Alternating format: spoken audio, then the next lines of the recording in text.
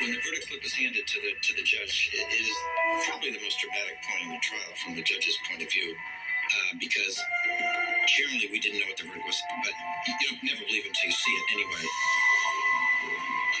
Charge defendant Kathleen Hilton with murder in the second degree of Maria Feliciano. How do you find the defendant guilty or not guilty? Not guilty. The foreperson said not guilty, and I actually felt tears welling up in my eyes, and I knew that one not guilty meant 7 not guilties. Charge defendant Kathleen Hilton, the second degree murder of Florida Santiago. How do you find the defendant guilty or not guilty? Not guilty. Not guilty. Not guilty. Not guilty. The court has recorded you upon your oath to say the defendant is not guilty of all 7 indictments. So say you met for a person. Yes. Yes. They found Kathleen Hilton not guilty of 5 counts of second-degree murder and arson. What really changed the scope of this trial was the introduction of Kathleen being interviewed by a psychologist. That really enabled the jury to see that she was not able to give these confessions with a sound mind. No, I don't believe they got it right. We didn't get the wrong person on that case. Based on the quality of the investigators I have worked with over the years, they didn't get it wrong.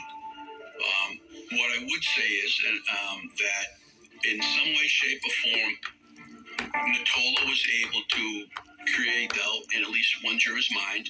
I'm not sure what convinced the jury to bring back a verdict of not guilty, but certainly Ms. Hilton's clinical presentation was impaired enough that it would have led to her making statements that were in fact not true, and it may have been the basis of a delusional belief. The attorney convinced that jury that that was the case. I wasn't shocked, given the way the case had progressed, but I did think to myself, wow, straight out not guilty on a murder. I haven't seen that before. I did bump into Mike in the elevator, and I said, Mike, this is your finest hour, and it really was. It was masterful. I believed that Mrs. Hilton had nothing to do with setting that fire.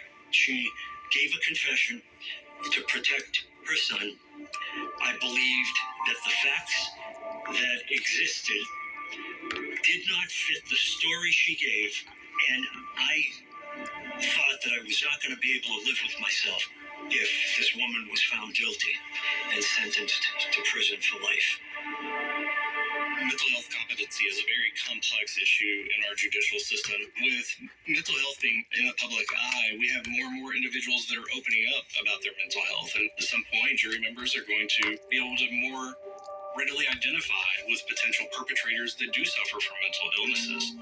I've come to learn that there are a lot of factors that drive a person's behavior, and a lot of it involves mental illness or even intellectual limitations.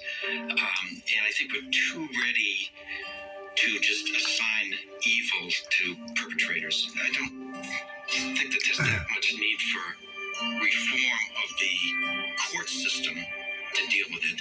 We should be addressing behavioral issues before they rise to the level of crime. The jury came to a decision. No indication of it on either side.